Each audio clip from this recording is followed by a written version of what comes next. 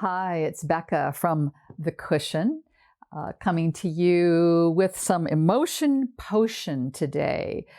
These practices really are magic potions for us to release difficult emotions.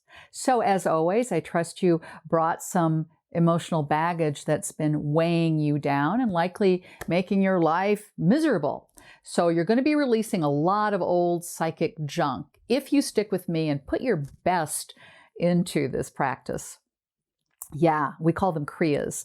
And this one includes a powerful breath pattern that may be challenging for some, but stick with it because it'll really open you up and allow these feelings to flow. And along with that, we have an important hand and finger position. We call it a mudra, and we'll have more about that. I will have more about that a little later.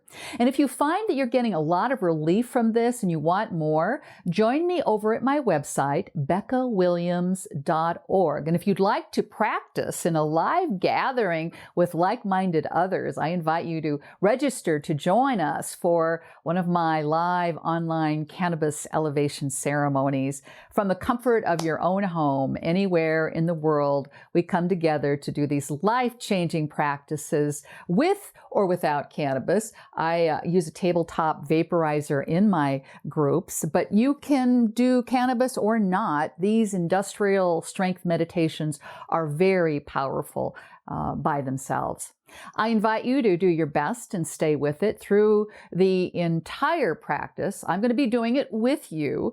This isn't a video in the traditional sense where you're supposed to watch the screen. Like me, you'll be going inward. I'm just here to help you stay on track. And if you find yourself needing to recenter, you can take a look up here and then go back into your own little inner space, okay? And a reminder, find a time and place where you can have some privacy.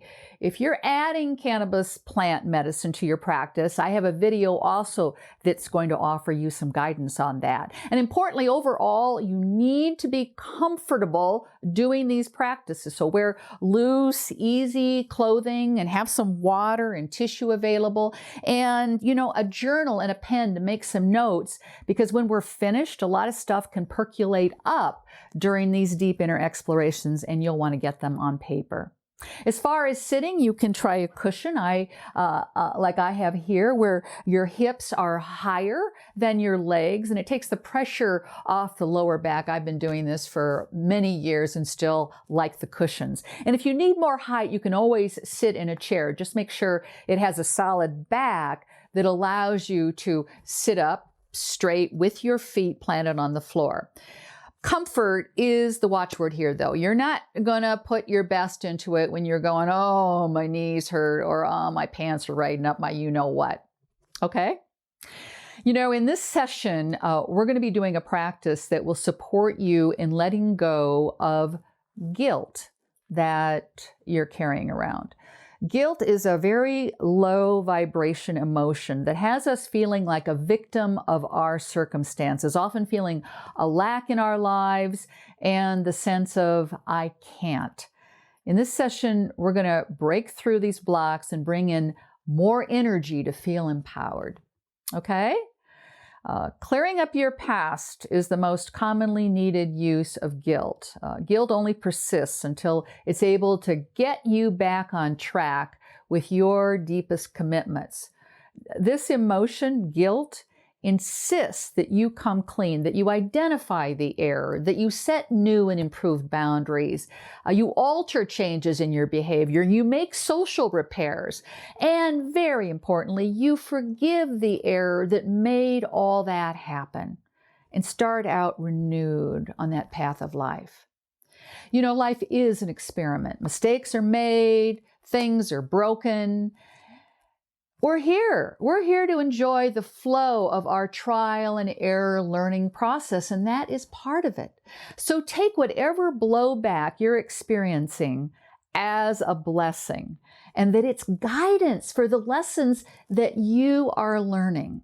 Feeling guilt is an evolutionary training process of positive and negative feedback that guides you to your best behavior. But the trouble comes when we don't want to face the problem, that we don't believe that we have what it takes to handle an outcome that we're not going to like. So we take a shortcut, and it turns out the consequences of the shortcut are far worse. And that might be where you are now.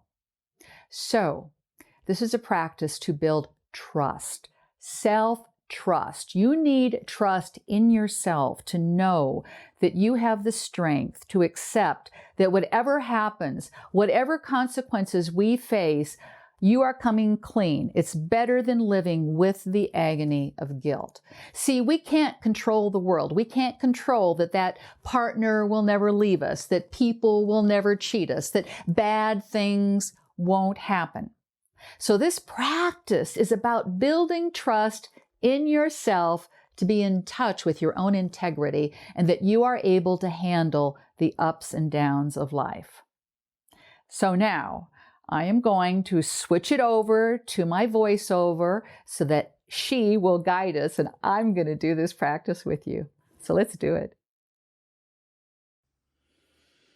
So let's do this thing. Get situated and settled, sitting comfortably and calm, straight but relaxed, shoulders back, chest out, heart spacious. Take a couple of deep breaths. We have a powerful combination here of breath pattern, eye position, and the way we'll be holding our hands and arms. It's a position of sacred geometry that engages meridian points that activate our energy body. So let's take the arm and hand position first.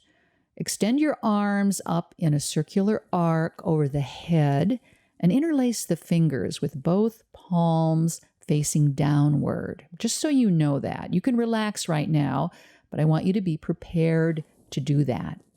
The eyes are almost closed, just 1/10 open, just letting a little light in.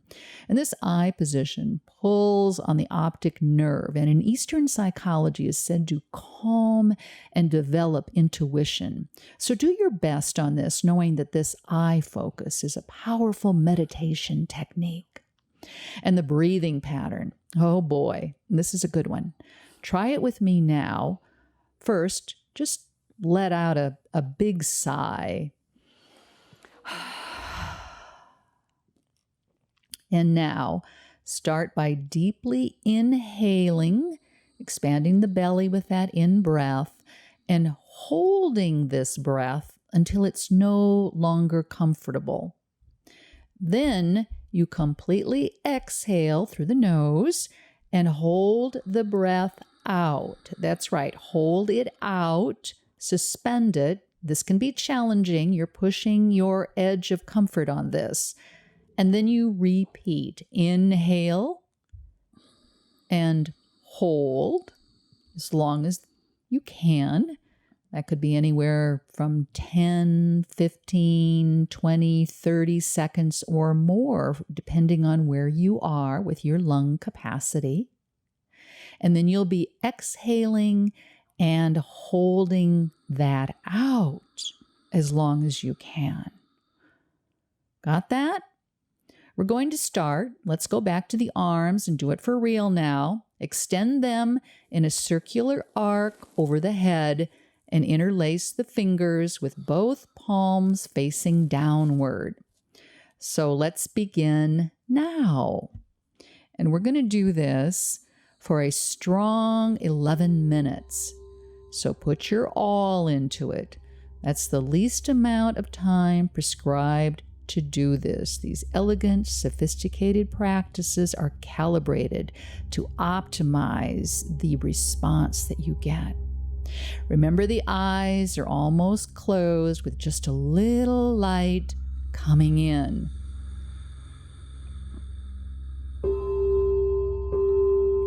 Use long, deep, and complete breaths. Yes, holding the breath out may cause some discomfort, and ride your edge here.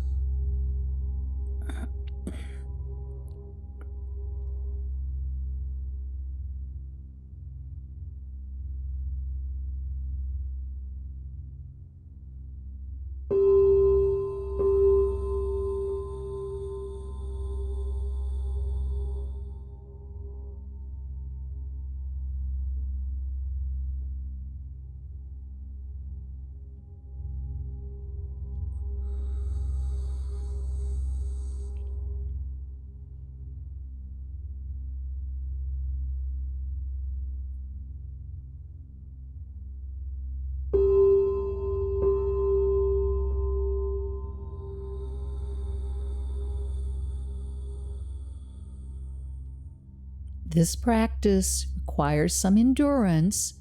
The arms will seem comfortable at first, but they often become painful after a while with the muscle exhaustion. When that fatigue challenge occurs, become very calm and draw your focus to the breath. And you're continuing to keep the eyes 1/10 open with just that little light coming in.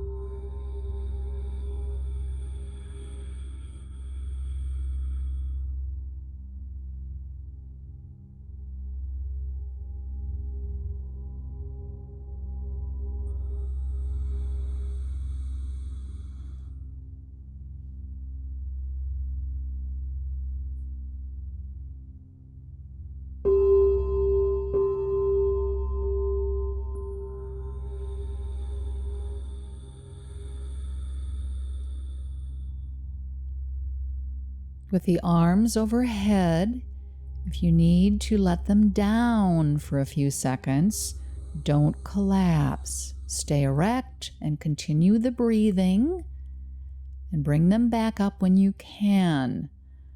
Let the deeper muscles in the torso support the arms.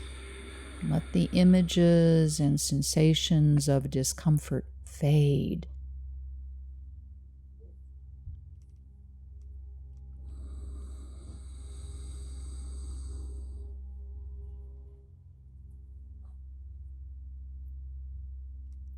I'm going to spend much of this time in silence now so that you can be very focused on this invitation to go inward.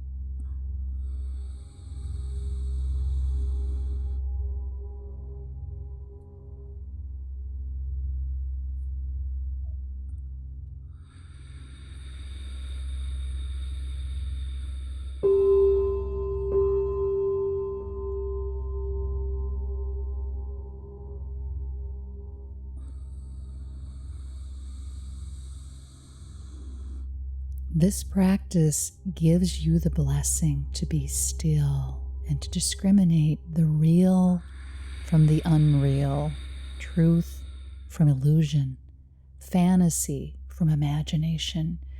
It gives you guidance and unlimited perception to your vision. You could do this practice every day for 40 days, and the effects of it become more embedded and more permanent when you do this regularly. Your work with emotions is lifelong. You can do this. Know that as long as you breathe and think, there are always going to be emotions.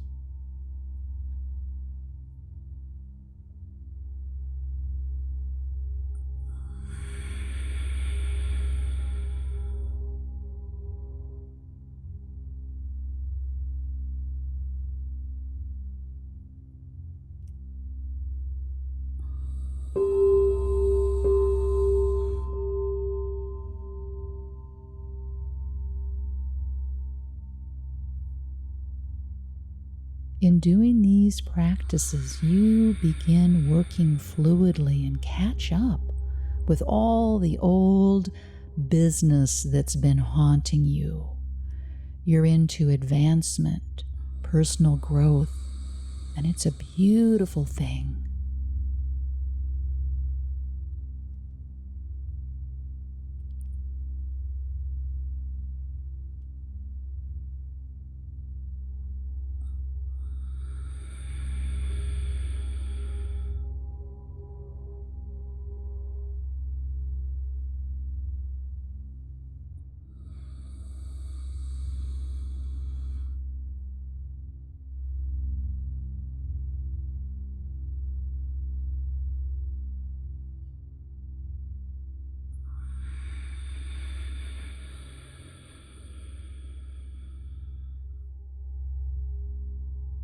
Okay, to end now, inhale and raise your arms high over your head and stretch them up and back.